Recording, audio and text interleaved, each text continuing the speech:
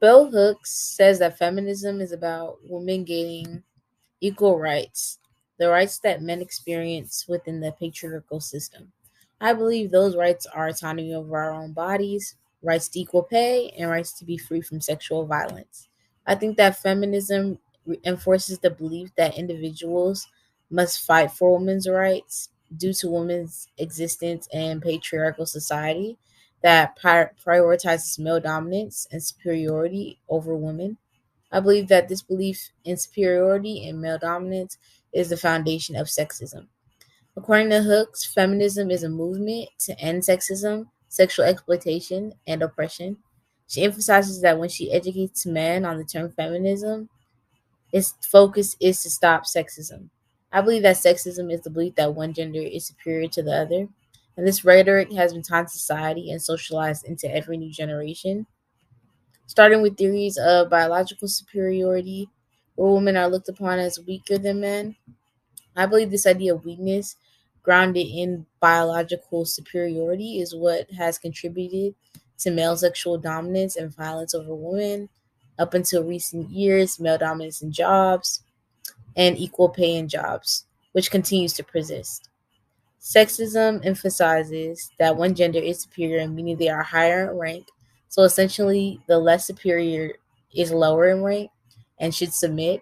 I believe that this is precisely what feminism stands against, the idea that gender superiority and hateful rhetoric and the hateful rhetoric it has produced, which contributes to the way our society is structured today.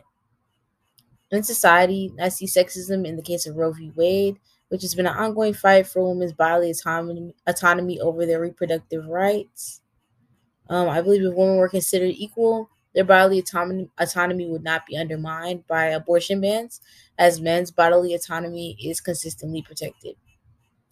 When Bakunin states that the 1970s approach to gender from the feminist movement essentialized men and women, they mean that it has emphasized the differences between men and women and the differences between their experiences, and it has created categories for the male and female genders based on that.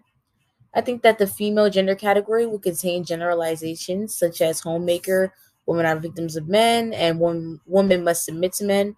And then the male category would contain generalizations such as males are superior to women, they are the breadwinners, and men are oppressors towards women.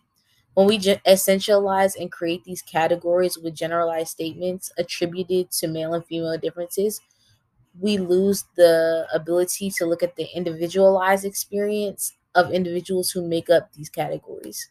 We make our primary focus in feminism about female victimization under male dominance, which is still important, but it risks ignoring additional lenses such as race and class issues. According to Zinn, the idea that women's movement in the workplace from the home was liberating was irrelevant for the working class woman and the woman of color. The women were the women of color were already in the workplace. So when we essentialize, we lose their individual experience and what they choose to fight for. Women in the workplace during the 1970s probably wanted equal pay, while white upper class women at the time were primarily focusing on entering those workplace spaces. I believe when we essentialize, we basically are saying all women and all men are facing this and doing this, and we lose the chance to focus our movement on those who do not fit in that description. In society, I see essentialism primarily in gender roles, where women are expected to be homemakers, bear children, and get married. And if you are not, you're looked at as less than a woman. And then for men, they're expected to provide for families, reproduce, and lead. And if not, you were looked at as less of a man. But I don't think that's true. I believe that women began to challenge the essentialist view because it frames all women as alike in terms of what they do, who they are, their struggles, and their goals. The essentialist view prioritizes a one dimensional view of a woman without considering individuals who do not fit in that one dimensional view. This one dimensional view of a woman, I believe, is based on the upper class homemaker white woman in America, and the essentialist view prioritizes that singular experience. And I believe it is shown by what women have mainly fought for in the feminist movements of the past. which is why women are challenging the essentialist view because they realize not all women have the same goals within the feminist movement due to economic differences, race, and even sexuality. According to Tong, marginalized women, particularly women of color who were poor, uneducated, and immigrants, complained that the essentialist view of feminism was not feminism for all women. I believe this is correct because it was only feminism for the white upper class women, and their goals in the feminist movement were vastly different from those of women of marginalized groups.